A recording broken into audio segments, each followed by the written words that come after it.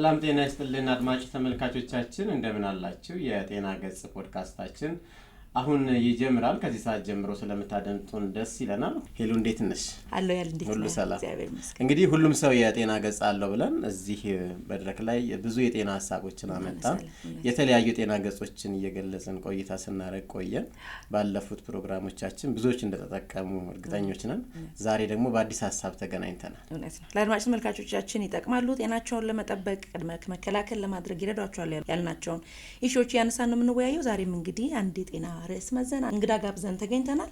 ስለ አከርካሪ ጤና ጉዳይ ልናወራ ነው። እንግዲህ የአከርካሪ ጤና ጉዳይ የሁላችንም ጉዳይ ነው። ዶክተር እዚህ ድረስ ስለመጣ እጅግ አድርገን እናመሰግናለን። እኔም አመሰግናለሁ ስለጋበዛችሁ። ዶክተር አድማሱ ትበልጥ በአለርት ሆስፒታል ነው የምትሰራው። እንደዚሁም ደግሞ የተለያዩ ሀሳቦች አሉ። ዘርዘር ያለውን ነገር አንተ አስተዋውቅ። እሺ፣ መጀመሪያ እዚህ ፕሮግራም ላይ ስለጋበዛችሁኝ በጣም አመሰግናለሁ። ስሜ አድማሱ ትበልጥ እባላለሁ። ቋሚ የስራ ቦታ የአለርት ኮምፕሬሄንሲቭ ስፔሻላይዝድ ሆስፒታል ነው የምሰራው። በአጥንትና መገጣጠሚያ ቀዶ ጥገና ስፔሻሊስት ሲሆን እንደዚሁም የአከርካሪ አጥንትና ህብረ ሰረሰር ቀዶ ጥገና ሰብ ስፔሻሊስት ነኝ። እንደው አጠር ባለ መልኩ አድማጮቻችን ከዚህ በኋላ ስለ ስፓይን ሄልዝ ስናወራ ማን ነው ያንን ሀሳብ የሚነግራቸው? እሱና ስፓይን ሄልዝ እንዴት ተገናኙ የሚሉትን ነገሮች ደግሞ ብሪፍ አድርገን ብንጀምር። እንግዲህ አድማሱ የገበሬ ልጅ ነው። እዚህ ጉዞዬ ከገበሬ ልጅነት ከከብት መጠበቅ እስከ ስፓይን ሰርጅን ሰብ ስፔሻሊስት የዘለቀ ነው። ተወልጄ ያደግኩት ኦሮሚያ ክልል ኖኖ የሚባለው አካባቢ ነው። ግን አብዛኛውን ህይወቴን ያደግኩት አዲስ አበባ ነው።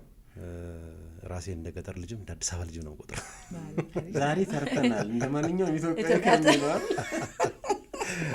እንደሁለቱም እንደ ገጠር እንደ አዲስ አበባ እናመሰግነው እንደዛ ስላላልከን።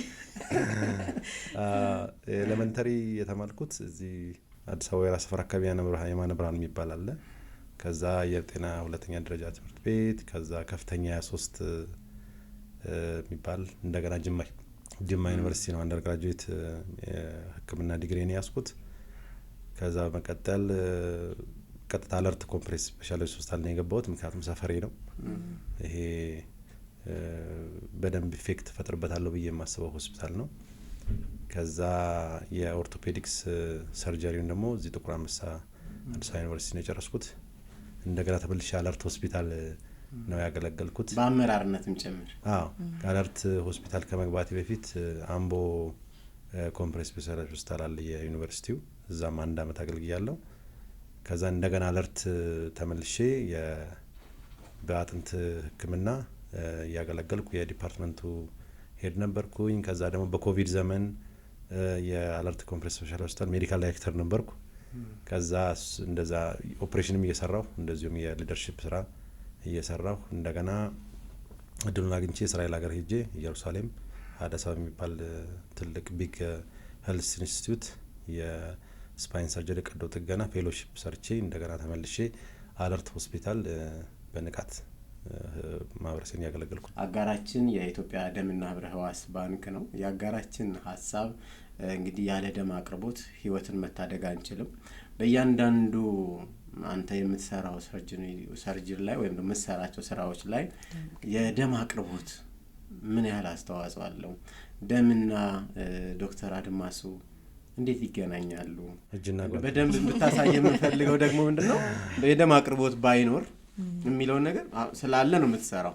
የደም አቅርቦት ባይኖር የሚለውን ማሳበት ነገር ደስ ይለኛል። የደም አቅርቦት ባይኖር እኔ ምንም ታካሚ ማገልገል የምችል አይመስለኝም። በተለይ ብዙ የምንሰራቸው ቀዶ ጥገናዎች አሁን እኔ የምሰራቸው የአጥንት መገጣጠሚያ ይሁን በተለይ ደግሞ የስፓይን ሰርጀሪ የምሰራው ከአከርካሪ አጥንት ጋር ከነርቭ ጋር በተያያዘ የምሰራቸው ኦፕሬሽን የምገባው ሪዘርቭ የሆነው የተዘጋጀ ደም ካለ ብቻ ነው። ስለዚህ አንዱ ኦፕሬሽን ስንሰራ የጎንዮሽ ለታካሚዎች የምንነግራቸው ደም መድማት ነው። ስለዚህ ደም እንዳይደማ በጣም ብዙ የምንከተላቸው ነገሮች አሉ። መጀመሪያ የታካሚው የደም መጠን ከማወቅ ይጀምራል። አይነቱን ማወቅ፣ አይነቱን የምናውቅበት ምክንያት ለሱ ኮምፓቲብል የሆነ ወይም የሚስማማ የደም አይነት ለማዘጋጀት ነው። ስለዚህ ከአንድ ቀን በፊት ነገ ለምሳሌ አሁን ብዙ ጊዜ ማክሰኞ ኦፕሬሽንስ በሚሰራበት ሰዓት ሰኞ ታካሚዎቹ ጥንቅቅ ብለው መዘጋጀት አለባቸው።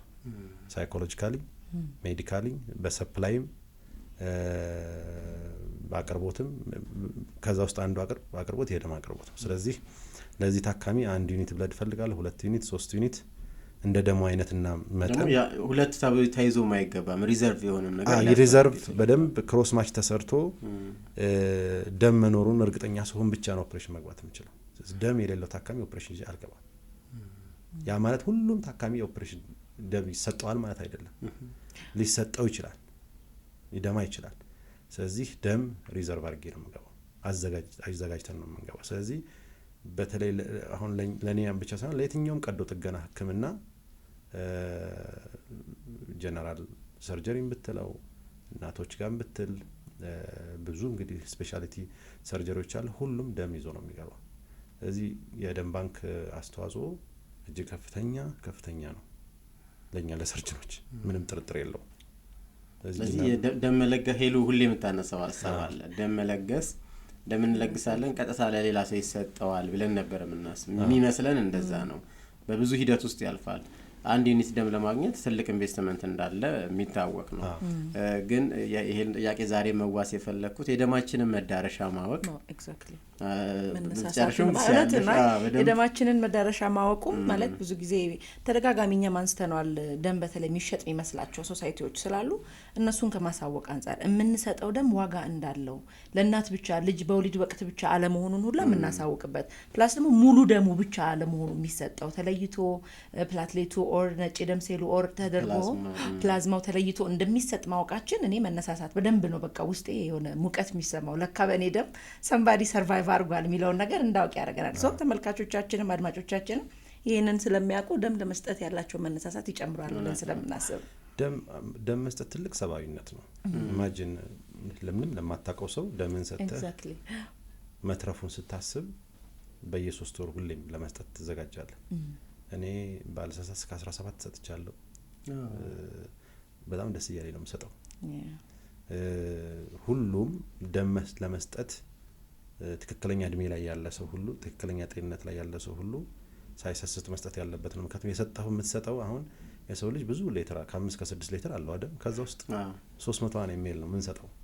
ያቺ 300 ml በሚቀጥለው 3 ወር ውስጥ ትተካለች ከምንበላው ከምንጠጣው። ራሳችን አጥንታችን የተለያዩ ሰውነታችን የሚያዘጋጀው ጉዳይ ነው። ግን ያቺ 300 ml የምትሰጣት ደም ለሆነ አንድ ዜጋ በጣም ትልቅ ብርቅ ስጦታ ነች። ስለዚህ ሁሉም ሰው ሳይሰስት ቢሰጥ በጣም ብዙ ስራችን ያቀላል ብዬ አስባለሁ። መልካም፣ እጅግ ጥሩ ሀሳብ አነሳለን። እጅግ አድርገን እናመሰግናለን። አጋራችን የኢትዮጵያ ደምና ህብረ ህዋስ ባንክም በዋናነት እነዚህ የምናነሳቸው ሀሳቦች ለጤናው ስርዓት እጅግ ስለሚያስፈልጉ አብሮነትን በዚህ ልክ ስለሚያሳየን እጅግ አድርገን እናመሰግናለን። ደም በመለገስ ህይወት አድኑ የሚል የዘወትር መልእክታችን ነው። እንግዲህ የዛሬ አጀንዳችን የአከርካሪ አጥንት ጉዳይ ነው። ሁላችንም የጤና ገጽ አለን፣ እንዲሁ ደግሞ ሁላችንም አከርካሪ አጥንት አለን። ስለዚህ ስለ ሁላችንም ጉዳይ እናንሳ። የአከርካሪ አጥንት ምንድነው? የአከርካሪ አጥንት ጤንነት እንዴት ይጠበቃል የሚሉት ላይ ዛሬ ከሁነኛ ሰው ጋራ ነው። ለዚህም ነው እንግዲህ ቆየት ያለውን ዘለግ ያለ ጊዜ ወስደን ስለዚህ ጉዳይ ስለምናወራ ነው አድማጮችም ምን ያወራናል የሚሉትን እንዲያውቁ የፈለግነውና አከርካሪ አጥንት ጤንነት ምንድነው? እንዴት እንጠብቀው? አሁናዊ ሁኔታው ምንድነው የሚለው ላይ እንወያይ። እንግዲህ አከርካሪ አጥንት እንደማንኛውም ሌሎች የታፋ፣ የእጅ፣ የጭንቅላት፣ የእግራችን አጥንት ነው። ስለዚህ የአጥንታችንን ጤንነት እንዴት እንጠብቅ ነው ዋናው ጥያቄ። እንግዲህ አጥንታችን ጤንነት የሚጀመረው እናታችን ማህፀን እያለን ነው። ስለዚህ እናታችን ማህፀን ጽንስ በሆነበት ሰዓት እናታችን የምትመገበው የእናታችን ስትረስ፣ ሁሉም ነገር እናታችን በአፋ የምታስገባው ነገር አፌክት ያደርጋል ማለት ነው። የእናት ጤንነት መጠበቅ አስፈላጊ ነው ማለት ነው። ስለዚህ እዛ ነው የአጥንት ጤንነት የሚጀምረው። ስለዚህ እናት የበላችው ልጇ ጋር ይደርሳል። ለአጥንት ጥንካሬ ያስፈልጋል ማለት ነው። ከዛ ልጅ ከተወለደበት በኋላ አጥንታችን የምናረገውን አክቲቪቲ የምንመገበውን ነው የምናገኘው። በራሱ ዝም ብሎ እንትን የሚል ነገር አይደለም። አጥንት ልክ እንደ አንድ ትልቅ ኦርጋን ነው። እንደ ጉበት፣ እንደ ሳምባ፣ እንደ አእምሯችን እንደዛው እንክብካቤ የሚፈልግ ነው። ስለዚህ የመጀመሪያው ብዙ ጊዜ የምንመክረው ልጆች ከተወለዱ ጀምሮ እስከ 25 ዓመት፣ አሁን ለምሳሌ ወንድ ልጅ የሚያድገው እስከ 16 ዓመት ነው በቁመት፣ ሴት ልጅ እስከ 14 ነው። ከዛ በኋላ ቁመት የለም። ቁመት አያድግም። 1 ወይ 2 ሴንቲሜትር ብንጨምር ነው። የአጥንታችን ስፋት ደግሞ ውፍረቱ የሚቀጥለው እስከ 25 ዓመት ነው። በጣም በዛ ከተባለ እስከ 30 ዓመት ነው። ጨርሰናል ማለት ነው። ጨርሻለሁ። አጥንት ጥቅጥቅ ብሎ የሚጠነክረው እስከዛ ዓመት ነው። ስለዚህ እስከዛ ዓመት ምን ማድረግ አለብን? አመጋገባችንን በደንብ ማስተካከል አለብን። ለምሳሌ ካልሲየም ሪች የሆኑ እንደ ወተት ምናምን ተዋጽኦዎች በደንብ መመገብ ያስፈልጋል። ልጆቻችንን በደንብ ወተት ማጠጣት፣ ሌሎች አሳ ነገር እንደዚህ ማብላት በጣም አስፈላጊ ነው። ምንመገበውን ይሆናል ነው አጥንታችን ያልነው። ሁለተኛው ስፖርት መስራት። አሁን ልጄ 5 ዓመቷ ነው። እኔ ካሁኑ ቴኳንዶ አስገብቻታለሁ። አጥንቷ ጥቅጥቅ ብሎ እንዲሰራ ስለምፈልግ ነው፣ ጤነኛ እንድትሆን ስለምፈልግ። ስለዚህ ስፖርት ስትሰራ አጥንታችን ሎድ ሲኖረው፣ ጫና ሲኖረው ጥንካሬ እየጨመረ ይሄዳል ማለት ነው። ጫናውን ሬዚስት ለማድረግ እያደገ እየሰፋ ነው የሚሄደው ማለት ነው። በደንብ ጫና ይፈልጋል ሰውነታችን፣ አጥንታችን ጫና ይፈልጋል በደንብ ለመጠንከር። ስፖርት አንዱ እንትን ነው ማለት ነው። ሌላ ከአላባላይ ሱሶች ራስን ማራቅ ነው። ማጨስ አጥንት ይጎዳል፣ መጠጥ አጥንት ይጎዳል፣ የሰውነታችን ውፍረት መቆጣጠር ያስፈልጋል። እነዚህ ሁሉ አጥንት ችግራችን ያመጣል ማለት ነው። ከዛ አሁን እኔ እናንተ አጥንታችንን ጤንነት ለመጠበቅ እንዳይሸረሸርብን ነው የምንጠብቀው እንጂ አጥንታችንን ለመጀመሪያ ኢትስ ቱ ሌት ወስዶብሃል። እኔ እናንተ ስትለኝ ደንግጬ ነው እሷም ጨምራ።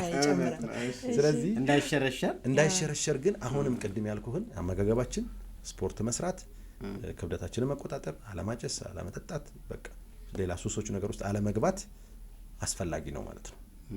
ሰፊ ርዕስ እንደሚፈልግ አውቃለሁ። እዚህ ጋር የቫይታሚን ዲ ጉዳይንና የአጥንት መሳሳት ጉዳይን ነካ አድርገህ ብታልፈልግ። ለምሳሌ ቫይታሚን ዲ ከአንጀታችን ውስጥ ካልሲየም አብዞርብ ተደርጎ ወደ አጥንታችን ሄዶ እንዲለጠፍ የሚያደርግ ነው። ስለዚህ ቫይታሚን ዲ አሁን ብዙ ጊዜ ህጻናቶችን ጧት ማሞቅ እሱ በቂ አይደለም። ቫይታሚን ዲ ሰፕሊመንት አለ። አሁን ብዙ ጋር ያለው እንትን የቫይታሚን ዲ እኛ ሀገር ጥናት ይፈልጋል በደንብ። አሁን ሁሉም ሰው ቫይታሚን ዲ እጥረት አለበት ይባላል። ጥናት ይፈልጋል። ጥናት የሌለው ነገር ዝም ብሎ ማህበረሰቡ ሙሉ ችግርተኛ ነው ማለት አይቻልም። ጥናት ይፈልጋል። ግን እኔ ታካሚዎች ላይ በጣም ኦቬስ የሆነ የቫይታሚን ዲ እጥረት አያለሁ። ስለዚህ ቫይታሚን ዲ ከልጅነት ጀምሮ ዶዝ አለው የራሱን ሰፕሊመንት ማድረግ አስፈላጊ ነው። ስለዚህ ወደ ኋላ ስንመለስ ወደ ጀምር ነው እንግዲህ ከአጥንታችን ከ30 በኋላ መሸርሸር ጀምራል።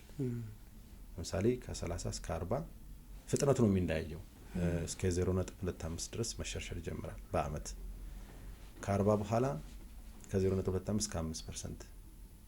50 ስንገባ ሴቶች የወር አበባ ማየት ሲያቆሙ አብዛኛው ሰውነታቸው ውስጥ ያለው የሆርሞን ማመንጨት ስለሚቀንስ አጥንታቸው ከኛ ከወንዶች በጣም በፍጥነት መሸርሸር ይጀምራል። ሜኖፖዝ የምንለው ማለት ነው።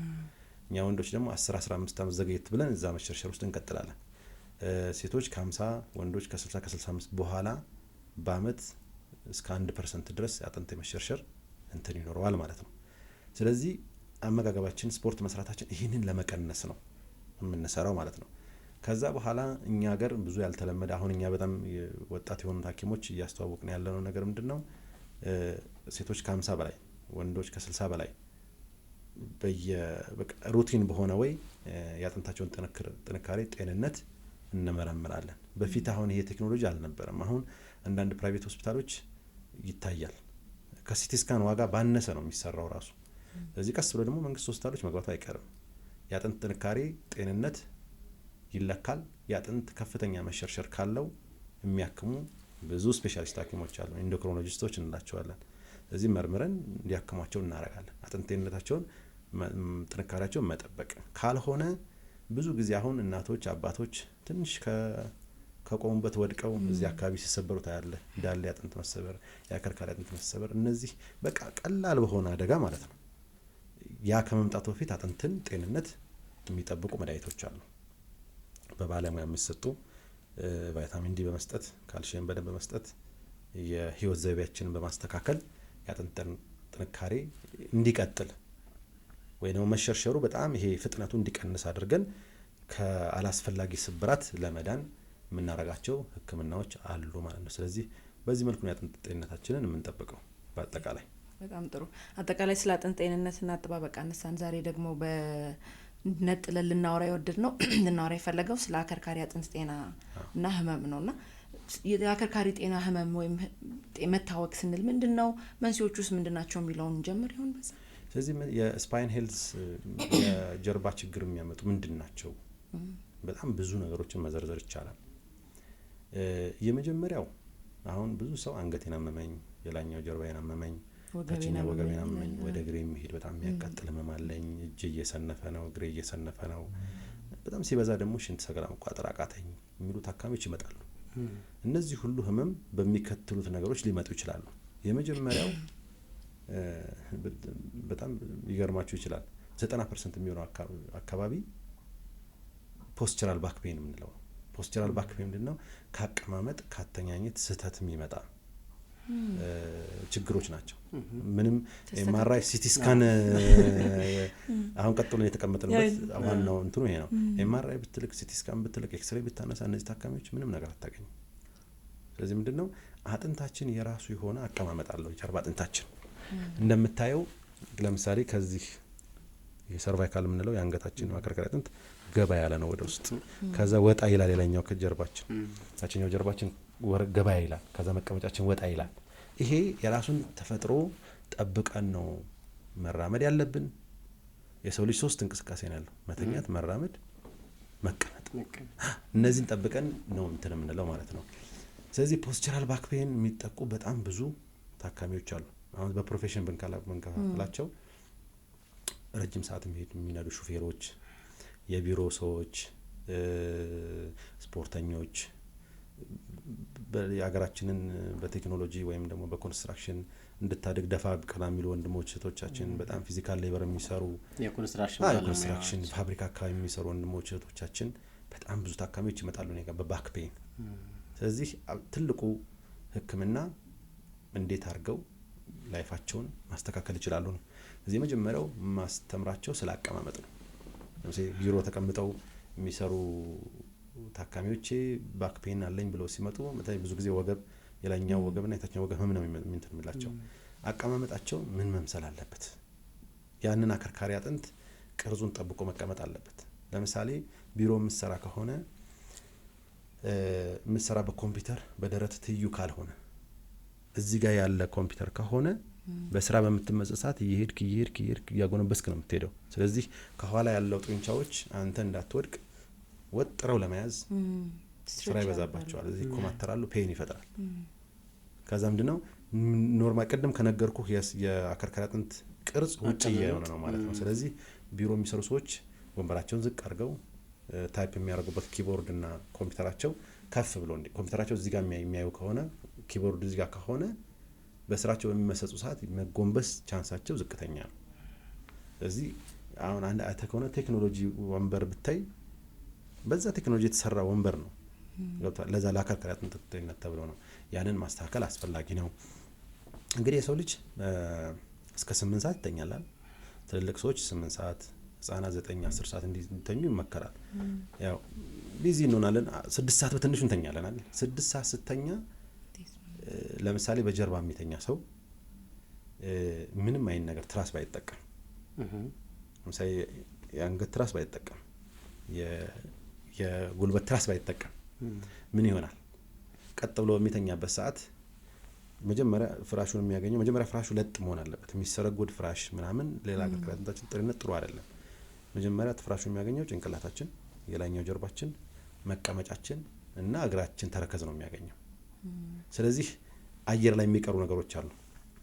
ይሄ አየር ላይ ይቀራል። ታችኛው ወገብ አየር ላይ ይቀራል። ስለዚህ ያንን ሁሉ 8 ሰዓት በተኛበት ሰዓት እዚህ ጋር ያሉ ጡንቻዎች፣ ታች ያሉ ጡንቻዎች ተኮማትረው ወጥረው ነው እንደዚህ የሚያድሩት ማለት ነው። ስለዚህ ጠዋት ስትነሳ ኃይለኛ ህመም ይሰማሃል። ይሄን ለማስተካከል ብዙ ጊዜ ምን መክረው ምንድነው አነስተኛ ትራስ እጅጋ ማድረግ። ከፍተኛ ትራስ ካረከም እንደዚህ ተቆልፎ ነው የሚያድረው። ስለዚህ ባክ ፔን ይመጣል ማለት ነው። አነስተኛ ትራስ ማድረግ። ለዚህ የተዘጋጁ ሜዲካል ትራሶች አሉ። ምናልባት ማሳየት ትችላላችሁ ፒክቸር።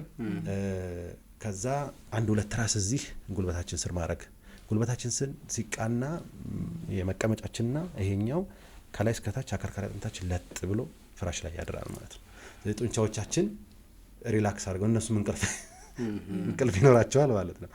ሰው ደግሞ በወገብ በጎኑ ሲተኛ እንደ አነስተኛ ትራስ አሁንም እንደዚሁ አንድ ትራስ እዚህ ጉልበታችን መካከል አድርገን ብንተኛ በእግርና በእግር መሃል ላይ ሰው ይቀልዳል። አሁን እንዴት ነው በእንቅልፍ ልብ ይሄን ነገር ማረገው? ያው ሰዎች ወደ ሰውኛ ስታቀርቡ ይላል አይደል? ልምድ ይፈልጋል። እኔ አሁን እንደዛ ያደረኩ ነው የምተኛው። ብዙ ትራስ ነው የምታገኘው አልጋዬ ላይ 30 ይሄን ይዞ ስሽከረከር ነው የምታገኘው። ግን ጠዋት ወገቤን አያመኝም። ወጣላ አንተ እንደውም ከባድ የሚሆነው እያንዳንዱን የምትሰራቸው ሰርጀሪዎች እያስተማሩክ ነው የምትሄደው። ራሴን መጠበቅ አለብኝ የሚል አለርም ነው የምትደረገውና እንደዛ ባትተኛ ይፈልጋል። ማንኛውም ነገር የልምድ ጉዳይ ነው። በቃ የምንሰራቸው እያንዳንዱ ጉዳይ የልምድ ጉዳይ ነው። ከሆነ ጊዜ በኋላ ልምድ ይኖራል። እንደዛ እንመክራለን ማለት ነው። ስለዚህ አሁን ያልኩህ ለምሳሌ በጣም ፊዚካል ሌበር የሚሰሩ ወንድሞቻችን እህቶቻችን ብዙ ነገር እያነሱ ነው። ሁሉ ነገር እንቅስቃሴ ወደፊት ነው። ስለዚህ ከኋላ ያሉ ጡንቻዎች በጣም ወጥረው ነው የሚይዙት። እነዚህ ሰዎች ኤክሰርሳይዝ ፍሌክሲቢሊቲ ኤክሰርሳይዝ ይሄ ስትሬች የማድረግ ኤክሰርሳይዝ እንዲሰሩ እንመክራለን። አሁን ለምሳሌ እኔ አንዱ በባክ ፔን የምጠቀው እኔ ነኝ። ያው ያሰብኩ ነው በረጅም ሰዓት ቆመ ሰርጀሪ እየሰራ ሉፕ መነጽር አድርጌ ያንንም ነርቭ ማይበት ረጅም ሰዓት እንደዚህ ሲሰራ ነው ሙሉ። እዚህ መጀመሪያ የማደርገው አንድ ታካሚ ኦፕሬሽን ጨርሼ ታካሚው ነቅቶ እግሩን አንቀሳቅሶልኝ ከዛ ቤተሰቦቹን ነው ብዬ የሰራውትን ኤክስፕሌን አድርጌ ከታካሚ ከቡድኔ ጋር ማለት ነው እንደዚህ ነው ያደረግነው እንደዚህ ጥሩ ተርጓ ውጤት አግኝተናል እንኳን ደስ ያላችሁ ያያችሁ ነገሩ ያንቀሳቀሰው ነው ያንቀሳቀሰው ነቅቶልናል ምናምን ብለን ተመሰጋግረን ከጨረስን በኋላ ገብቼ ስትሬቺንግ ኤክሰርሳይዝ ነው የምሰራው። አንገቴን እንደዚህ ማንቀሳቀስ በጣም በተለይ የላይኛው ወገቤና አንገቴ በጣም ህመም ይሰማኛል።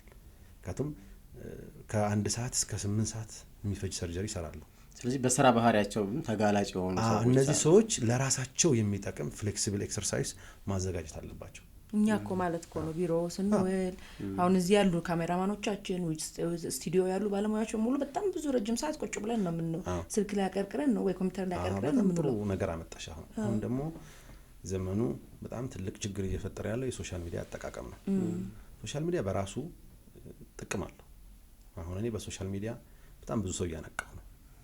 ለምን ታካሚዎቼ እኔ ማስተካከል ያለብኝ ነገር ብዙ ሰው አግኝቷቸው ነው የሚመጡት።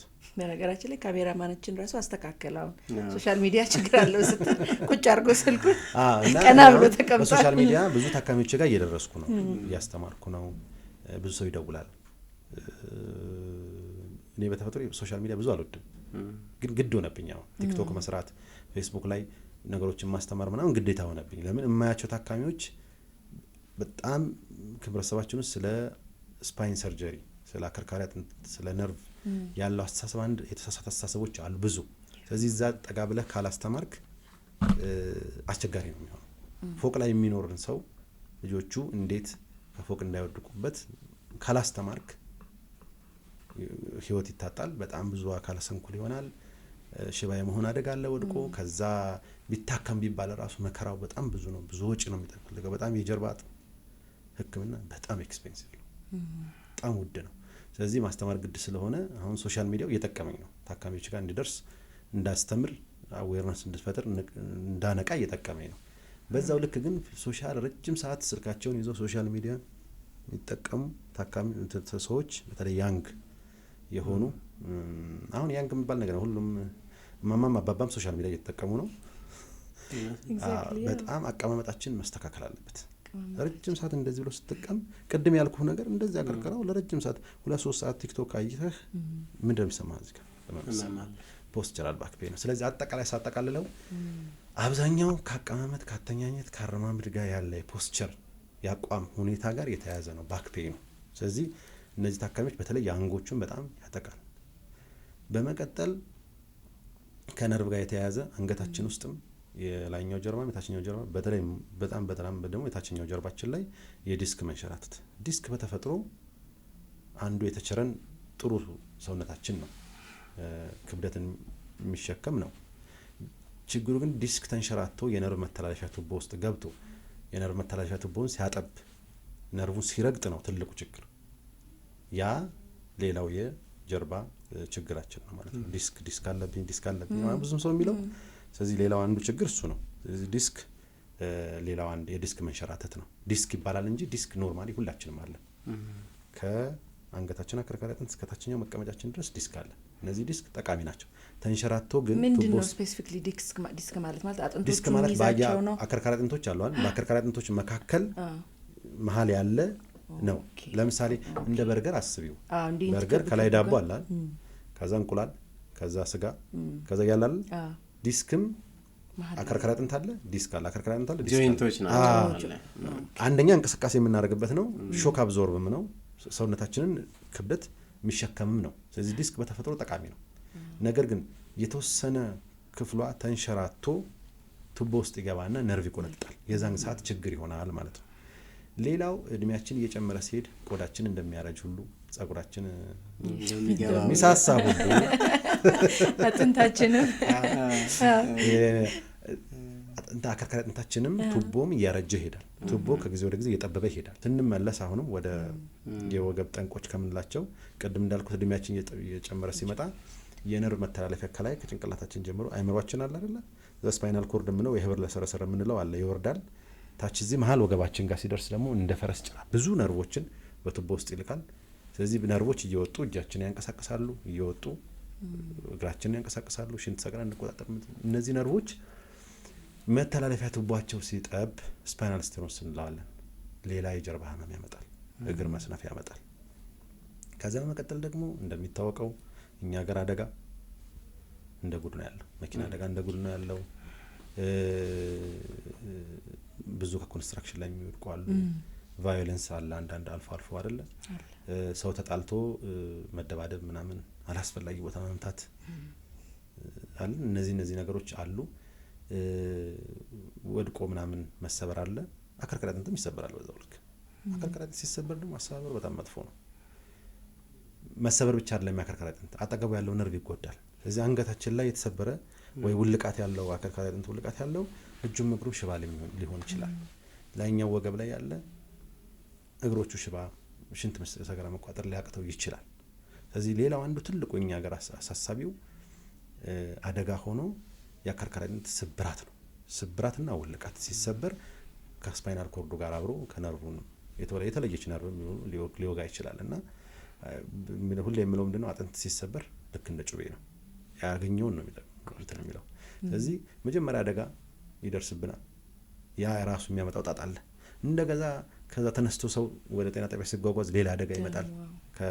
ከጓጓዝ ችግር በአደጋው ከደረሰው ጉዳት ይልቅ እንደገና ጤና ጣቢያ ደግሞ ተነስቶ ሁሉም ጤና ጣቢያ ምናምን ወይ ሁሉም ሆስፒታል ይሄን አከርካሪ አጥንት ስብራት ይሰራል ማለት አይደለም። በጣም ጥቂት ቦታዎች ናቸው፣ ግን በጣም እየሰፋ ነው። ብዙ ሰው እኔ ብቻ አይደለም ይሄን የምሰራው፣ በጣም ብዙ በየሀገሪቱ የሚሰሩ ኒውሮ ሰርጅኖች፣ ኦርቶፔዲክ ሰርጅኖች አለን ይሄንን የምንሰራ። ስለዚህ እዛ ቦታ ለመድረስ ሌላ መጓጓዝ ይኖራል። እነዚህ ሁሉ የራሳቸውን ጣጣ ያመጣሉ።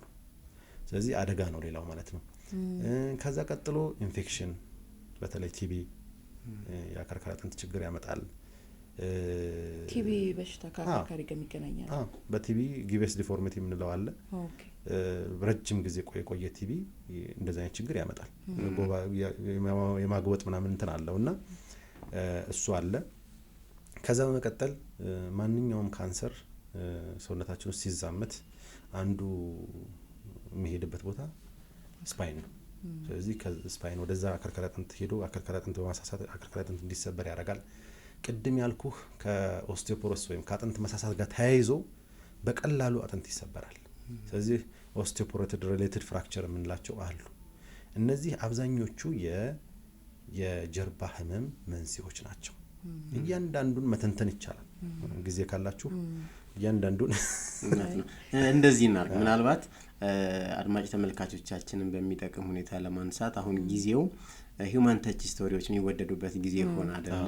ከዛ ጋር ተያይዞ እንደው ዶክተር አድማሱ ብዙ እንግዲህ ከ250 በላይ ሰርጀሪ ሰራ በዚህ ባለፉት 2 አመት ውስጥ እና ቀደም ሲል ከሄሎ ጋር ስናወራ ነበር ነው ሁለቱም ፒክ እናድርግ። መምረጥ ከባድ እንደሆነ እናውቃለን፣ ሁሉም ስራ ነው ብንል አንድ የ14 አመት ልጅ ታሪክ እንግዲህ ለዚህ ፕሮግራም እና ማንነቷን ስለማንገልጽ ደግሞ ለትምህርት ብቻ ሂስቶሪዋን ብንወስድ፣ ሁለተኛ ያገኘነውን መድኃኒት የመውሰድ ልምዶቻችን በጣም የከፋ ደረጃ ላይ አድርሰውናል። ከዛም ጋር ተያይዞ የተቸገራችሁበት የሕክምና ታሪክ እንደነበረ ማስታወሳለሁ። እኚህን 2 ታሪኮች በተለይ ከጀርባ አጥንትና ከአጠቃላይ የጀርባ አጥንት ጤንነታችንን ከመጠበቅ ጋር አያይዘን ብናነሳ በደንብ ያስተምሩልናል ብዬ አስባለሁ። ሁለት ታሪኮችን ልንገር። እስራኤል ሀገር በነበርኩበት ታይም እና እዚህ በነበርኩበት ታይም ያጋጠሙኝ እንትኖች። እስራኤል ሀገር አሁን ለምሳሌ አንድ ቀን ቅዳሜ ቀን ተረኛ ሰው ስለነበርኩ የሆኑ ቤተሰቦች እንትን እያሉ እያለ ያሽከረከሩ እያለ መኪናው ሮል ኦቨር ግርግግ አድርጎ እንትን ውስጥ ጉድጓድ ውስጥ ይገባል ማለት ነው፣ ገደል ውስጥ። ስለዚህ ገደል ውስጥ በሚገባበት ሳይት ያው 911 ይጠራል አለ። በጣም በደንብ ዌል ስትራክቸርድ የሆነ የፕሪ ሆስፒታል ኬር አላቸው። እኛም ሀገር የጀመርነው ነው። በደንብ አለ። ቅድም ያልኩት መሮጥ አለብን እነሱ ጋር ለመድረስ ጀምረነዋል። ፕሪንሲፕሉ ሁሉ ፖሊሲው መንግስትም ትኩረት አድርጎ ጤና ጥበቃ እየሰራበት ነው ያለው። ግን ምንድነው በመንግስት ብቻ የሚያልቅ ነገር አይደለም ይሄ። የተለያዩ ባለሀብቶች ምናምን አቅም ያላቸው ሰዎች እዚህ ነገር ላይ መግባት አለባቸው ሰው ለማዳን። እዚህ ከሆስፒታል በፊት ያለ ኬር እኛ ሀገር ተጀምሯል፣ ግን እንደ ውጭ ሀገር በጣም የዘመነ አይደለም። ስለዚህ ወዳው ተደውሎ ፓራሜዲኮች በሄሊኮፕተር ሲያነሷት እኛ ተደውሎልናል። ወጣችኋል። ስለዚህ ምንድነው እንዲህ አይነት ኦፕሬሽን ሊፈልግ የሚችል ታካሚ ይዘን ልንመጣ ነው። ስለዚህ እኔ ተረኛው ፌሎ ስለነበር ፕሮፌሰሩ ሄሊኮፕተር የሚያርፍበት ጋር ጠበቃት ነው ያለኝ። እዛው ኢቫሉዌት አደረኩ፣ እዛው ሲቲ ስካን ይዤ ገባሁ። ከሲቲ ስካን ቀጥታ ኦፕሬሽን ክፍል ነው ይዤ ገባሁ። ይሄ ሁሉ ሲያልቅ 30 ደቂቃ ነው። አስበው 30 ደቂቃ ነው። ከዛ መሀል ወገቧ ላይ ተሰብሯል፣ ነርቧ ተጎድቷል፣ ሽንትም ሰገራም አትቆጣጠርም፣ ሙሉ ሽባ ነች። ግን ስትነካ ይሰማታል፣ ሲነካ ይሰማታል። ያ ተስፋ ነው አንድ። ስለዚህ እኔ ኦፕሬሽን ይዣት ገብቼ ፕሮፌሰሩ ጆይን ሲያደርገኝ የነበረው 1 ሰዓት ምናምን ነው። በቃ በአንድ ሰዓት ተኩል ኦፕሬሽን ጨርሰናል። ስለዚህ ከሰመመታ ሪከቨሪ ስትገባ ጣቷን ማነቃነቅ ጀመረች። አስበው እንግዲህ። ከዛ ዋርድ ሄዳ ተኝታ ወደ ሪሃቢሊቴሽን ስትሄድ ኦልሬዲ ክራንች ይዛ መቆም ጀምራለች። አስበው። እዛ ደግሞ በጣም የሚያስደስት ነገር መሰለህ፣ የሰው ልጅ አደጋ ደርሶበት ድጋሚ ሊወለድበት በሚችል ሁኔታ ሪሃቢሊቴሽን አላቸው። እኛ ሀገር በጣም ትልቁ ችግራችን ይሄ ነው። ኦፕሬት አድርገን ወደ ቤት ነው የምንልከው። ፓራላይዝ የሆነን ሰው አንድ ታካሚ እንዴ ዶክተር ወንድሜን ፓራላይዝ ሆነ ምን ላርገው ነው ይዘህ ሄድ የምትለኝ አለኝ። ቤት ምን ላርገው አለኝ። ምን ላርገው ከምን ብዬ ልመለስ? ስለዚህ እኛ ሀገር እንደዚህ አይነት ተቋም ሌላ ሆስፒታል የሚፈልግ ጥያቄ ነው። በቃ ይሄ ተኝቶ በመልስ በተለያዩ ባለሙያዎች ሪሃቢሊቴሽን ተሰርቶለት ባይራመድ እንኳን ዊልቸር ላይ በአግባቡ ህይወቱን እንዲመራ መደረግ አለበት ሰው። ስለዚህ የሰው አደጋ ሲደርስበት የስነ ልቦና ዝግጅት በጣም ብዙ ነገር ነው የሚያስፈልገው። እና እኔ አሁን የማደርገው ምንድነው ማክሲመም ማድረግ የምችለው አብረውኝ የሚሰሩ ፊዚዮቴራፒ ጓደኞች አሉኝ፣ ነርሶች አሉኝ፣ ቤት እልካለሁ። በቃ በእንጨትም በምንም እዛ ውስጥ እንዲሰራ አድርግና ኢንቮልቭ አደርጋለሁ። በደንብ ነው ኢንጌጅ ማድረገው። ደውላለሁ ታካሚዎች ጋር እንዴት አደረጋችሁ ምናምን። በተለይ አሁን ሰው ፓራሊሲስ ሲሆን ጀርባው ይላላጣል ምናምን ስለሱ ታሪክ መጣልሃለሁ። እዚያ ያቺ ልጅ ሪሃቢሊቴሽን ገብታ ምንም ያልተፈጠረ ወክ አድርጋ ነው የወጣችው። አሜዚንግ። ወደኛ ሀገር ልመጣለን። እንደመጣሁ አካባቢ አንድ እናት ከስልጤ ዞን አካባቢ ነው የመጡት። ያው የታካሚ እንትና ማንነታቸውን አንገልጽም። ከ3 ሜትር ቆጥ ላይ ነው የወደቁት። ሲወድቁ እዛቸው አሁን ስራ ላይ ያገኘዋት ልጅ እንግዲህ በርግጥ እነዚህ እናት ናቸው። እሷ ወጣት ነች 35 ናቸው፣ 75 ዓመታቸው ነው። እዛ ቦታ ነው የሰበራት ያለው። ወደ አቅራቢያ ወደ ሆስፒታል ሲወስዷቸው ሽንት ሰገራ መቆጣጠር ይችላል ነበር አሉ። ገብቷል። ከዛ ሪፈር ሲደረጉ የአካባቢ ያለው ጤና ጣቢያ እንግዲህ መስራት ስለማይችል ሪፈር ሲደረጉ በኖርማል ትራንስፖርት ነው የመጡት። አስበ ያኮረኮንጅ መንገድ እንደዚህ ያለ ምናምን። ከዛ እኔ ኮንሰልት ስደረግ አዲስ አበባ መጥተው አሁን እኚህና እግራቸው ደክሟል፣ ሽንት ሰገራ መቆጣጠር አይችሉም። እንግዲህ ቅድም እንዳልኩ ነው አጥንት ሲሰበር አጠገብ ያለው ነርቭ ይጎዳል። ስለዚህ መጀመሪያ ስለተጎዳ ብቻ አይደለም ከዛ በኋላ ተነስቶ እንዴት ነው የሚሄደው የሚለው ነገር በጣም ወሳኝነት አለው። ከአደጋ በኋላ ያለው ሃንድሊንግ ያለው እንዴት ሆስፒታል እንዴት እንደምንወስደው በጣም ሳይንስ ነው ራሱን የቻለ እንትን አለ፣ ባለሙያ ያለው ራሱን የቻለ አትሊስት አሁን እንትን ቤተሰቦች ሰው ሲጎዳ እንዴት አንስተው አትሊስት የመጀመሪያው እርዳታ መጠየቅ ነው። እርዳታ በቃ የመጀመሪያው ምለው ምንድነው ሁሉ ጊዜ አለመደንገጥ ነው። ከዛ ሰው ከተጎዳ በኋላ በህይወት አለው የሚለው ማረጋገጥ ነው። ለምሳሌ ስሙን መጥራት፣ አቤት የሚል የሚያወጣ ድምጽ ከሆነ ይተነፍሳል፣ ልቡ ይመታል ብለን እናስባለን። ካልሆነ አተነፋፈሱን ቼክ ማድረግ፣ የደም ስሮቹን ቼክ ማድረግ መጀመሪያ ህይወት ስለሚቀድም ከዛ በኋላ አይተህ ከሆነ አሁን እዚህ ሰፈር ላይ መንገድ ላይ ስትሄድ ምናምን ሰው መኪና ቢመታ እንዴት ነው አንዱ እጁን አንዱ እግሩን ብጭቅጭቅ ነው የምናደርገው።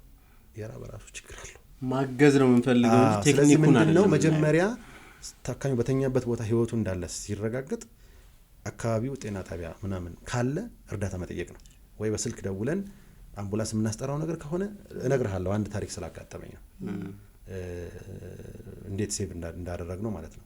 እኚህ እናት መጡ፣ ኦፕሬሽን ሰራውላቸው፣ ነርቡ ተቆንጥጦ ነበር። ከዛ በኋላ ሙሉ ፓራላይዝ ስላልሆኑ ከሆስፒታል ሲወጡ በክራንች መውጣት ጀመሩ። ግን 6 ወር ተሰቃይተዋል፣ ሽንታቸው መቆጣጠር አቅቷቸው። ከዛ ቤታቸው ድረስ ፊዚዮቴራፒ እየላክን እየተከታተልን ከ6 ወር በኋላ ነው ሽንት መቆጣጠር የቻሉት። አሁንም የባላንስ ችግር አለባቸው፣ ሲንቀሳቀሱ ዱላ ሳይዙ መንቀሳቀስ አይችሉም። ሌላ ታሪክ አሁን በነገርህ በአነሳስ ሁኔታ ላይ ቅድም አሁን ላምጣልህ። ለምሳሌ አንድ ጓደኛዬ በትራንስፖርት በሚሄድ ሰዓት ከሌሊቱ 6 ሰዓት አጠገቡ ያለ ሰው ይሰበራል። ከዛ እኔን ስለሚያቀኝ እሱ ቀጥታ ነው የደወለው። ምን እናርግ? አንድ ታካሚ እንደዚህ ወድቆ ተሰብሯል፣ ጀርባው ላይ ስብራት ያለ ይመስለኛል፣ ጣቱንም እጁን ማንቀሳቀስ አይችልም፣ ስነካው ግን ይሰማዋል ምናምን። ባለሙያ ነው ባለሙያ አይደለም። ስለዚህ አንተን የምትረዳው ብዬ ስለማስብ ነው። ኦኬ መጀመሪያ እንዳትነኩት፣ ደም ስሩ አለው የተነፈሳል፣ አዎ እንዳትነኩት፣ እንዳታነሱ። አካባቢ ጤና ጣቢያ አለ፣ አዎ ሂድና ይዘና እሱን አስቀምጦ ባለሙያ እንዳትነክ ሰው እንዳይነካ አንድ ሰው መጀመሪያ ከዛ ባለሙያ አስመጥተው በአምቡላንስ ዊዝን 2 አወር ውስጥ ይዘውት መጡ። ነው የሚሰራበት ሆስፒታል። ወደ ኦፕሬሽን ይዘነው ገባን። ኔክስት ዴይ ቁጭ ብሏል ሰውዬው። ህክምና በሄሊኮፕተር ባይሆንም ከፍተዋል አይደል? ህክምናና ጊዜ የሚለው እንዲነሳ በጣም ጎልደን ሃወር የምንለው ነገር አለ። የምን ትራንስፖርት የምናደርግበት ነገር በጣም አስፈላጊ ነው። ከዛ ኔክስት ዴይ ሰውዬው ክራንች ይዞ መጓዝ ጀመረ ማለት ነው። ያው ሙሉ ፓራላይዝ ስላልሆነ ነው። አሁን ዜሮ ፓራሊሲስ የምንለው ነገር አለ። አሁን አነሳስ ላይ ችግር ተፈጥሮ ቢሆን ኖሮ አንድ ሰው ምን ካፍላቸዋል ኤጂያ ኤ እስከ ኢ ብለን ምን ካፍላቸዋል ነው ሜዲካሉ ኤጂያ ኤ ሆነ አሁን ምንም እግሩን ስትነካው የማይሰማው ምንም ማያንቀሳቅሽን ተገራ የማይቆጣጠር ሰው መልሶ ነርቡ ይሰራል ብለን አናስብም። ለዛ 1% ነው። ግን እንደዛ ያልሆኑ ሰዎች በጊዜ መተው ኦፕሬሽን ቢሰሩ ወይም አስፈላጊ ህክምና ቢደረግላቸው እንደ አሰስመንቱ እንደ ሁኔታ ኦፕሬሽን ሊፈልጋል ላይፈልግ ይችላል ቢደረግላቸው ከዛ ትክክለኛ ሪሃቢሊቴሽን ውስጥ ቢገቡ ተመልሶ መራመድና ህይወትን መምራት ይቻላል። ስለዚህ ይሄ ትልቁ ያየሁት ነው። ስለዚህ እኛም አሁን እንደ ሀገር አይተህ ከሆነ መንገድ በደንብ እየተሰራ ነው። የጤና ተቋማት በደንብ ከጊዜ ወደ ጊዜ እያዘመንን ነው አይደለ? እኛው ራሳችን እየመራናቸው ነው አይደለ? ስለዚህ መንግስት የሚያወጣውን ፖሊሲ የተከተል የፕሪ ሆስፒታል ኬር በደንብ አድርጎ ህብረተሰባችን ውስጥ የሚገባ ከሆነ በጣም ብዙ ላይፍ ሴቭ እናደርጋለን፣ ብዙ ህይወት እናድናለን ብዬ አስባለሁ። እዚህ ጋር ምናልባት ዶክተር ቢነሳ እንግዲህ ህክምና ብዙ ሰው ይፈልገዋል። ስለ ሰርጀሪ ሲነሳ ግን ቀዶ ጥገና ጀርባ ላይ ሲሆን እንፈራለን። ወደዚህ ጥያቄ የሚወስደን ቅድም ያነሳውት ታሪክ ጥሩ ይመስለኛል። የ14 ዓመቷ ልጅን ታሪክ አንሳልንና ለምንድን ነው ሰርጀሪ ሲባል ምንፈራው?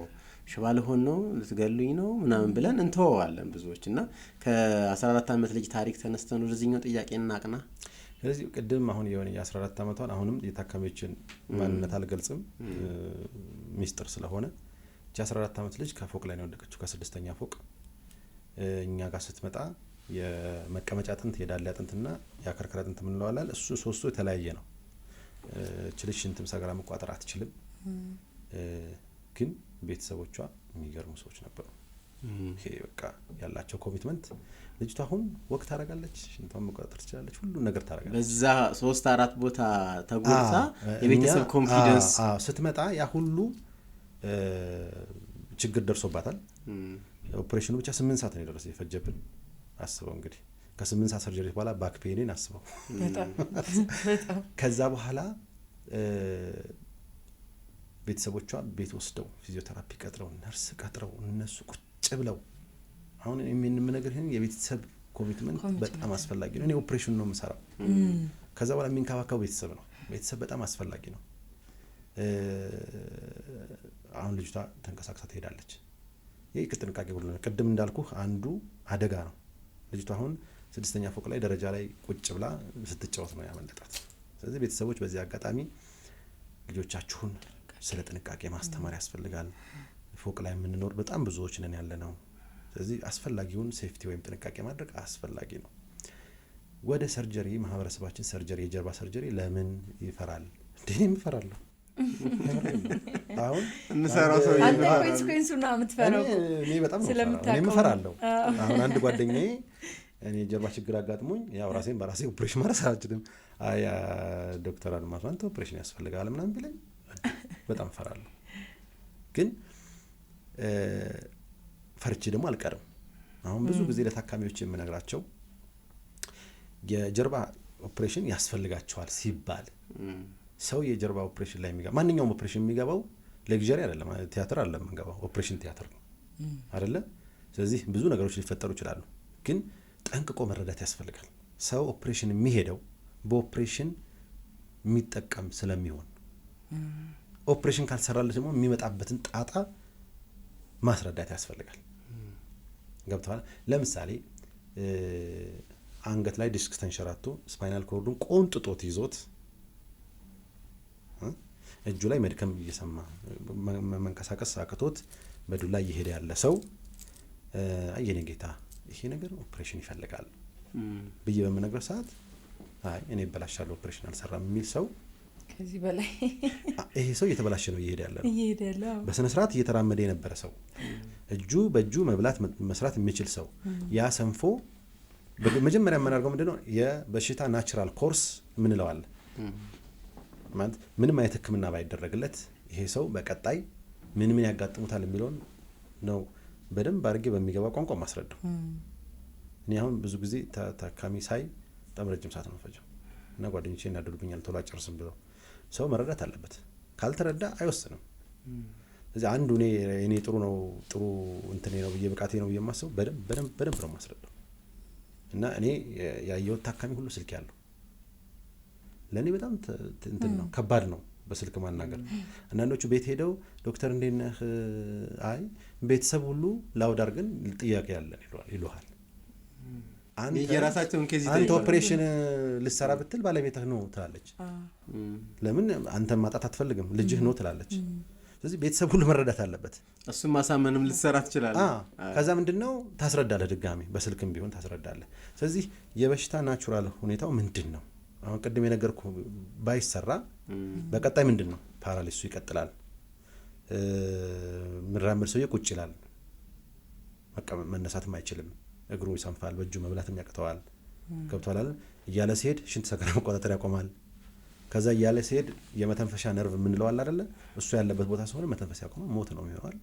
ስለዚህ ወንድሜ ወይ እህቴ ወይ አባት ወይ እናት ይሄ ነገር ካልተሰራችሁ እንደዚህ ነው፣ ቀጣዩ እንደዚህ ነው። ስለዚህ ሳይቃጠል በቅጠል ይሄን እንደዚህ እናስተካክል ትላለህ። ስለዚህ ሰው ታካሚ የሚመጣበትን ነገር ጣጣ በደንብ በግልጽ ሲገባው ነው ወደ ኦፕሬሽን የሚወስነው። በቀጣይ ደግሞ ምንድነው ታካሚዎች መጠየቅ አለባቸው ብዬ መስለው መጀመሪያ እኔ ኦፕሬሽን ባልሰራ ምን ይመጣብኛል በግልጽ መረዳት ያስፈልጋል። ፍርሃትን ለማስወገድ ለመወሰን እንድትችል መረዳት ያስፈልጋል። ሁለተኛው ያለ ኦፕሬሽን ይሄንን ነገር መታከም እችላለሁ ወይ በመድኃኒት በፊዚዮቴራፒ እያሰብኩ ነበር። ትችላለህ ወይ ቅድመ ኦፕሬሽን የሚደረገው መቼስ ፋይናል እንትኑ ሲሆን ለምሳሌ ነርቫቸው በደንብ የታነቀ ታካሚዎች አይ ዶክተር ፊዚዮቴራፒ ተስልኝ እንዴ ሰርጀሪ ይላሉ። ከዛ ምን እንደማስረዳቸው ታውቃለህ? እስቲ ሰፈር ውስጥ አንድ ሰው ተጣላህና አንገትን ንቅ አድርጎ ያዘ ሊገልህ ማለት ነው። መተንፈስ እየቻልክ አይደለም፣ ፊዚዮቴራፒ ነው የምትጠራው፣ መድኃኒት ነው የምትውጠው፣ ምንድን ነው የምታደርገው ስል አይ መጀመሪያ ጣቱን ነው እንጂ ማስለቀቀው። ስለዚህ ይሄ ነርቭም ታንቆ ተይዟል። ካላስለቀቅኩት ፊዚዮቴራፒ ብትሰራ መድኃኒት ብትወስድ ምን ብትል ጥቅም የለውም። ጊዜህን ነው የምታቃጥለው፣ ገንዘብህን ነው የምታቃጥለው። ከዛ በሽታውም እየጨመረ ነው የሚሄደው። እንግዲህ ታካሚዎችን በሚገባቸው ነገር ማስረዳት ያስፈልጋል ነው። ስለዚህ አጋጣሚ ምናልባት ዶክተር የምታስታውሳቸው የሚኖሩ ይሆናል። ብዙ ጊዜ በብዙ ፕሮሲጀር ውስጥ አልፈው ምርመራው ተሳክቶ ለኦፕራሲዮን ስንፈልጋቸው ጠፍቶ የሚሄዱ ሰዎችም አጋጥሞ እናውቃለን። ሆስፒታል ውስጥ ብዙ ታሪኮች አውቃለሁ እንደዛ። ይሄ የማህበረሰባችንን ግንዛቤ ከማሳደግ አኳያ ደግሞ ሰው ድኖ ሲወጣ እያየን አይደለ? በቃ ሰው ድኖ ወጥቶ በህይወት እየኖረ ነው። ምንድነው ማንሳት የፈለኩትኝ አንድ ሰው ወደ ሆስፒታል ሲመጣ በምን ኮንፊደንስ ሊመጣ ይገባል የሚሉትን ነገሮች ብታነሳለን። በተለይ እንደ ድሮ አይደለም አሁን የሕክምና ስርዓታችን በጣም ብዙ ነገር ተሻሽሏል። ምንም ቀደም ብሎ እኮ ሩቅ ሳንሄድ አለርት ብንሄድ ወይንም ጴጥሮስ ሆስፒታል ብንሄድ ግሪን የማድረግ ስራዎች፣ ጽዱ ሆስፒታሎች የመገንባት ስራዎች ሳይሰራ ያስቸግር ነበረ። አሁን ግን ሆስፒታሎቻችን በኩራት የምንናገርባቸው ሆነዋል። እሱን ያለማወቅ ሊሆን ይችላል፣ የሕክምና ባለሙያው ላይ ያለመተማመን ሊሆን ይችላል፣ ወይንስ ነው ጠቅለል ያለ ፍርሃት ነው እስከዛሬ ያየው? መጀመሪያ አሁን ስለ ጀርባ ሰርጀሪ እያወራናል። ትክክለኛ የሆነ ስፓይን ሰርጀሪ ጋር ታካሚ ከቀረበ በኋላ ነው የምናወራው። ታካሚ ግን መጀመሪያ ማድረጋል። እኛ ሀገር ትልቁ ችግር የሆነ በሽታ በማንና የት ይታከማል በትክክል የሚለው ማወቅ ነው። ስለዚህ መጀመሪያ ልመልሰውና የማወራው ከትክክለኛ ሐኪም ጋር ነው ወይ? ኦፕሬሽን ይሰራል ያለኝ ሰው ማን ነው? ዋናው መነሳት ያለበት ይሄ ነው። ምክንያቱም እኛ ሀገር በጠቅላላ ሐኪም ይሰጣል፣ በሄልዝ ኦፊሰር ይሰጣል፣ በስፔሻሊስት ይሰጣል፣ በሰብ ስፔሻሊስት፣ አሁን ሱፐር ስፔሻሊስትም እየመጣ ነው። ስለዚህ የማወራው ከማጋ ነው የሚለውን ማጣራት ያስፈልጋል አይደለ? አሁን ግን ያንን ትክክለኛ ሰውን ካወቅ በኋላ ነው አሁን እያወራን ያለ ነው። መጀመሪያ ስለ በሽታው ትክክለኛ ባይታከም ምንም አይነት ኢንተርቬንሽን ሕክምና ባይደረግለት ምን ይመጣብኛል ጣጣ በግልጽ ማወቅ። ሁለተኛ ያለ ኦፕሬሽን መታከም ይችላል ወይ? በፊዚዮቴራፒ ወይ በመድኃኒት ብቻ መታከም ይችላል ወይ? አይቻልም ከተባለ ኦኬ አሁን ግዴታ ሊሆንብኝ ነው ማለት ነው ኦፕሬሽን። ኦኬ ጥሩ ኦፕሬሽን ሲሰራ ዶክተር ለህይወቴ ያሰጋኛል ወይ? አሁን መጀመሪያ ህይወት ነው የምንጠብቀው። ሰው ፓራላይዝ ሆኖ ዊልቸር ላይ ሆኖ መኖር ይችላል አይደለ? ግን የምንሰራለት ኦፕሬሽን ህይወትን የሚያሳጣው ከሆነ አንሰራም። ስለዚህ እኛ ሐኪሞች ምን እናደርጋለን? ለዛ ቲም አለን አልኩ ብያለሁ። አንስቴዚዮሎጂስት፣ አነስቴቲስት አለ። በደንብ ሙሉ ምርመራ ይደረጋል። ሰው ልጅ አንዳንዴ ቆሞ ሲሄድ ጤነኛ ይመስላል አይደል? በደንብ ስትፈትሽ ምርመራ ስታደርግ ከኦፕሬሽኑ ጋር የሚጋጭ ከማደንዘዣ መድኃኒት ጋር የሚጋጭ ህመም ይገኛል። ስኳር፣ ግፊት፣ የልብ በሽታ፣ እነዚህ ነገሮች የሳንባ በሽታ ይኖሩ ይችላሉ። ችለው የምትኖረው ሳታውቀው እሱን አክመን ለህይወት አያሰጋንም ብለን ስናስብ ነው። ያው 100% 100% አንሰጥም ኮንፊደንስ አይደለ? ግን አትሊስት 99 በላይ % ይሄንን ኦፕሬሽን ብሰራ ለህይወት የሚያሰጋኝ ነገር የለም እኔ የምፈራው ብዬ ለታካሚዎች እናገራለሁ። በኮንፊደንስ መናገር አለብኝ። ታካሚ መስማት ይፈልጋል። ግማሽ ነው ምለውም ይኖራል። ይሄንን ጋሼ አሁን ለምሳሌ አንድ አባት አሉ የጭንቅላታቸውና ከርክረ አጥንታቸው መካከል ተላቆ ኢንስታቢሊቲ እንለዋለን። እግራቸውም እጃቸውም ደክሟል። ጋሼ ይሄን ኦፕሬሽን ስሰራ ሞት አንዱ አካል ነው አውቀው ነው የሚገቡበት። በዚህ መልኩ ግን ለመከላከል ጥረት አደርጋለሁ። እሺ እግዚአብሔር ይርዳህ የምትችለውን አድርግልኝ ብለው ገቡ።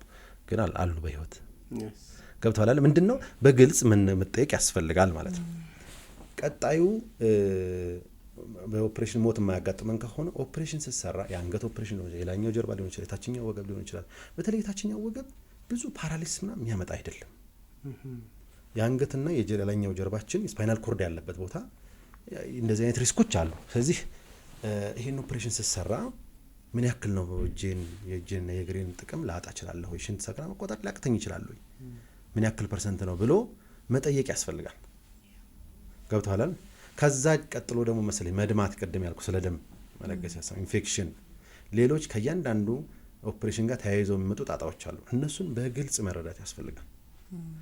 ከዛ አራተኛ የምጠይቀው ምንድነው ኦፕሬሽን በምንሰራ ሰዓት እኛ ሐኪሞች ኦፕሬሽን የምንሰራው ታካሚው ድኖልን ወደ ነበረው እንቅስቃሴ ሄዶ ተመረቀ መውጣት ነው። እኔ በጣም ትልቁ ክፍያ ይሄ ነው። በቃ ገብቷላል። በጣም ደስ ይላቸው ምናምን። እኔ አሁን ቤት ቡና ገዝቼ አላውቅም። አይ ነው ሰዎች ማር ገዝቼ አላውቅም። ገብቷላል። ኢንካይንድ ምናምን ገንዘብና በህይወቴ አልመቀበል አልፈልግም። ገንዘብ ባለጌ ነው። ግን ሰዎች ገበሬዎች ቡና ይዘው ሊመጣሉ። ከቢሾፍቱ አንድ ኩንታል ነጭ ጤፍ ተልኮልኝ ያውቃል። ደስ እያለኝ ነው የምበላው። ለምንድነው? ታንኪው ነው። ገብቷል አለ። ስለዚህ ተው ስጦታውን ይሄ እንትን ነው ሬር ነው። ግን እግዚአብሔር ይስጥ ዶክተር ፈጣሪ ይወጥሮ አግዘኸኛል እና ወደ ሁኔታዬ ተመልሻለሁ። መንገድ ላይ ሲያገኝህ እንደው በቃ በፍቅር የሚያቅፍ ሰው ማግኘት ነው የኛ እንትኑ እንደዛ ስናደርግ ግን እዛ ኦፕሬሽን ውስጥ በምንሰራበት ሰዓት ብዙ ጭንቀት ነው የምናሳልፈው። አንዳንድ የጎንዮሽ ይኖራሉ። ስለዚህ ያ የጎንዮሽ ከተፈጠረ መጨረሻ መጠየቅ ያለብህ ነገር እንዴት ሊስተካከል ይችላል፣ የፕሮግራማችን ማጠቃለያ ማሳብ እሱ ነው። እንዴት መታከም እችላለሁ የሚለውን እነዚህን ነገሮች ታካሚዎች ከተረዱ የጀርባ ቀዶ ጥገና ማድረግ በኮንፊደንስ መወሰን ይችላሉ ማለት ነው። ስለዚህ ፍርሃቱ ካላስፈላጊ ኢንፎርሜሽን ነው። አንድ እናት ዛሬ ሐኪም ቤት ሄጄ ዶክተር ኦፕሬሽን መሰራት አለ እንደው ጀርባሽ እንዳታስነኪ ትበላሻለሽ። እኔም እንደምል ታውቃለህ ማዘር አሁን ሰፈር ሄደው ዶክተር አድማስ ኦፕሬሽን ካሰራውልሽ ብሎኛል ሲሉ እንደው እንዳታስነኪ እንደው ጀርባሽን ያበላሽሻል ሲሎት ደውሎ ያገናኙ ነው የምለው። ካልተረዱ አንዳንዴ ታካሚዎች ኦፕሬሽን ያስፈልጋቸዋል መሰለኝ። እኛ ሐኪሞች የታካሚን ህመም ይዤ ነው የምሄደው ወደ ቤቴ ነው። ብዙ ጊዜ ቤት ከመግባቴ በፊት 30-40 ደቂቃ ቁጭ እላለሁ መኪና ውስጥ። ለምንድን ነው? ቀኑን ሙሉ የምሰማው ጭንቀት አለ። ያንን ቤተሰብ ይሸግማታል። አንዳንዴ ነው ባለቤቴ ደውላ ናውጣ ከመኪና ውስጥ ትለኛለች። ለምንድን ነው? ጭንቀት ይዤ ስለምሄድ ነው። ስለዚህ አንዳንድ ታካሚዎች ጥፍት ይላሉ። ደውላለሁ። አንዳንድ ኢኮኖሚ ችግር ይሆናል። ኢኮኖሚ ጉዳዮች በዛው መሰለኝ እኛ ማህበረሰብ በጣም ነው የሚረዳዳው ከምታስበው በላይ። ማህበረሰብ በጣም ነው ይሄ ሁሉ ሰው ምናምን ብዙ ሺህ ብር እየከፈለ የሚሰራ ኦፕሬሽን ኖሮት መስሎ ነው አይደለም። አንተ አሁን ችግር ቢደርስብህ በዙሪያ ያሉ ሰዎች ይሯሯጣሉ ለአንተ፣ ጓደኞች፣ እናትህ፣ ቤተሰብህ ምናምን በቃ ይሯሯጣል። ማህበረሰባችን በጣም ነው የሚረዳዳው። ትልቁ ችግር መፍራት ነው። ከዛ ደውዬ ሰላም ነው እንዴት ነህ ዶክተር አድማሱ ነኝ። ሰላም ነው ዶክተር ምን ሆናችሁ የጠፋችሁት? እኔ ኦፕሬሽኑን ፈርቼዋለሁ ነው እና እንነጋገር ያልገባችሁ ነገር ካለ እላለሁ። ለምንድን ነው ያንን የምለው? ኦልሬዲ ጭንቀት ከተውብኝ ስለሄዱ ማለት ነው። ለራሴም ለመታከም ነው የምደውለው። ገብቶሃል? ስለዚህ በጥንቃቄ መረዳት ነገሮችን ኦፕሬሽን እንዳንፈራ ያደርጋል። ሌላው ደግሞ ምንድነው ጀርባ የሚያክም ብዙ ሰው አለ። ያንን ኢንፎርሜሽን ከትክክለኛ ሰው ነው የምንሰማው። በጣም ይሄ በሙያው በረቀቀ ሰው ነው የምንሰማው የሚለውን ነገር ማወቅ ያስፈልጋል። በየሰፈሩ አሉባልታ እየሰሙ የጀርባ ቀዶ ጥገናን በመፍራት መጨረሻ ላይ ሽንታቸው መቆጣጠር አቅቷቸው የመጡ ሰዎች አሉ። ገብቶሃል? ስለዚህ መረዳት ነው ለመወሰን። ኢንፎርሜሽን ነው የሚያስፈልግ ለመወሰን። ይሄ ነው የምለው። ምናልባት ሄደ እንትና ማለት እያሰብኩ የነበረው ምንድነው አሁን እንዳልነው ነው። ይሄ በተለይ በአቀማመጣችን በቢሮ በስራ ያሉ ሰዎች በጣም ለዚህ ተጋላጭ ነንና ከዛ ከሚሰማን የጀርባ ህመም ወይ አንገት ላይ አንገቴና መመኛል እንትን ከምንለው ውጪ የግዴታ ቀዶ ጥገና ያስፈልገዋል የሚለው ደረጃ ላይ ስንደርስ ወይም ደግሞ እዛ ላይ መድረሱን የምናውቀው ምንድነው? የተለየ የምናሳየው ምልክት አለ። ቅድም እንዳልከው ሽንት መቆጣጠር፣ ሰገራ መቆጣጠር የሚባሉት ነገሮች ያነሳ ነበርና እሱ እስኪሆን ሰው ምናልባት ላይ ጠብቅ ይችላል። እሱ እስኪሆንም እንዳይጠብቅ በጣም ይሄ አስቸኳይ ቀዶ ጥገና ያስፈልገዋል ልንለው ምንችለው ምን አይነት ደረጃ ላይ ሲደርስ ነው? አሁን የስፓይን ችግር የሚያመጡ ብዙ ነገሮች ናቸው። ቅድም የጠቀስነዋል። ለምሳሌ ከስብራት እንነሳ። ሁሉም ስብራቶች ኦፕሬሽን አይፈልጉም። ለምሳሌ ይሄ ቤት የቆመው በ4 ኮለን ነው አይደል? ከአራቱ ሁለቱን ብትሰብረው ይሄ ቤት አይፈርስም። የኛ ከርካራጢንትም በ3 ኮሎመን ነው የሚሰብረው። አሁን አንቴሪየር ኮሎመን፣ ሚድል ኮሎመን፣ ፖስቴሪየር ኮሎመን ምንለው አለ። ከዛ ኮለን ውስጥ ሁለቱ ከተሰበረ ቆመ መሄድ አትችልም ማለት ነው። ለጊዜው ቆመ መሄድ ብትችልም እየጎበጥክ ትሄዳለህ ማለት ነው። ስለዚህ አንዱ የምንሰራው ስብራቱን በጊዜያዊነት ለሰው ልጅ በሚመቹ ብረቶች እናያይዝና አጥንቱ በራሱ ጊዜ ይድናል። አጥንቱ ድኖ እኛን እስከሚደግፈን ድረስ በብረት አያይዘን እናስቀምጠዋለን። አጥንቱ ከዳነ በኋላ ያ ብረት ጥቅም የለውም። ስለዚህ ለስቴቢሊቲ ቆሞ እንዲሄድ ብቻ የምንሰራው አለ። ሰው ፓራላይዝም ሆኖ ኦፕሬሽን እንሰራለን። ለምንድን ነው? አጥንት መቀመጥ መቻል አለበት ሰው አይደለ? ለምን? ያንን ስብራት ካላይ ያያዝ ነው ቁጭ ብሎ መሄድ አይችልም። እየተደፋ ይሄዳል ማለት ነው። ኮለን ነው ቤት በተለያዩ ኮለኖች እንደሚቆም ምሰሶ ነው። ምሰሶ ከተሰበረ ምንም ማድረግ አትችልም። ሁለተኛ ከስብራት ጋር በተያያዘ ነርቡን ረግጦ ከያዘው በተለይ ምንም ዜሮ ነው እንቅስቃሴ የለውም ከተባለ ኢትስ ቬሪ ዲፊካልት ኦፕሬሽን መስራት። ለነርቡ ብለን ብቻ ላንሰራ እንችላለን። ግን ተረግጦ ስትነካው አትሊስት የሚሰማው ሰው ምናምን ቻንስ አለው እድል አለው በደንብ በስነ ስርዓት ሪሃቢሊቴሽን ከተሰራለት ፊዚዮቴራፒ ከተሰራለት የመንቀሳቀስ ታምር የፈጠሩ ሰዎች አሉ። ለምሳሌ በዚህ አጋጣሚ አንድ የ25 ዓመት ወጣት ከኮንስትራክሽን አንዱ ትልቁ ችግር ቤት ሲፈርስ ጥንቃቄ የለውም። ቤት ሲያፈርስ አብሮ ፈረሰ፣ ወረደ፣ ልጁ ተሰበረ፣ ሲነካው ይሰማዋል። ቶሎ አሮርጭ ኦፕሬሽን ሰራውለት። ከ4 ወር በኋላ ወክ እያደረገ መጣ። ገብቶሃል አይደለ? እንዲህ አይነት ነርቡን ከጫና ታነሳለታለህ። ለሱ ኦፕሬሽን እንሰራለን። ዲስክ አሁን የብዙ ሰው ዲስክ ነው። ሁሉም ዲስክ ኦፕሬሽን አይሰራም። ዲስኩ ግን ነርቡን ረግጦት በመድኃኒትም በፊዚዮቴራፒ ማከመን ህመሙን የማይችለው ከሆነ ህመም ማለት እዚህ ዓለም ላይ ህመም የሌለው ሰው የለም። 7 ቢሊዮን ህዝብም ህመም አለው። ግን ምንድነው ህመሙ? በቀን በቀን ያለውን ህይወትህን የማይረብሽ ማድረግ ነው እኛ ትልቁ ዓላማችን። ህመም ዜሮ ለማድረግ እኔ ታካሚዎች ሰው ህመም ዜሮ ለማድረግ አለማከማችሁ። ህመማችሁ ከፈጣሪ ጋር የዕለት ተዕለት እንቅስቃሴዎችን በማይረብሽ ሁኔታ ነው። በቀን ስንት ጊዜ ራስን ያማል? በቀን ስንት ጊዜ እግሬን ያማል? ሰው የማይታመም የለም እዚህ ዓለም ላይ። ስለዚህ ህመሙን ካልቻለው ግን ዲስክ ኖሮት መስራት ይኖርብሃል። ወይ ደግሞ ረግጦት የሆነች ነርቭ ፓራላይዝ ከሆነች ለምሳሌ እግሩን ማንቀሳቀስ ካቃተው ገብቷላል። ሽንት ሰገራ መቆጣጠር የሚያቅተው ከሆነ እነዚህ ለዲስክ ይሰራል። ለነርቭ መተላለፊያ ቱቦም ተመሳሳይ ነው። ካንሰርም ኖሮ ነርቭ ሜታስታሲስ አድርጎ ሄዶ እዛ ጋር ስብራት ከፈጠረ ለኢንፌክሽንም የምንሰራቸው የተለያዩ ነው። ሁሉም ኦፕሬሽን ሰራ ማለት አይደለም። በአጠቃላይ ግን 90% ያለ ኦፕሬሽን የሚታከም